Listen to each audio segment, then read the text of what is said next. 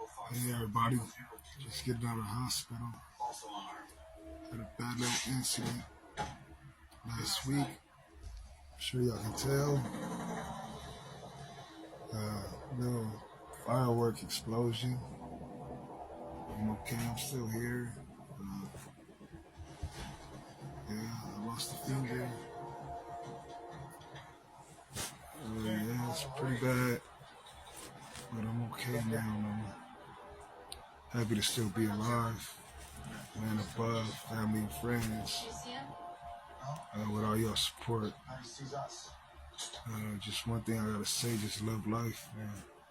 Never know what the next thing is gonna be, what the outcome is gonna be. But I'm slowly but sure recovering. Hey, man, that's what I can say. God bless.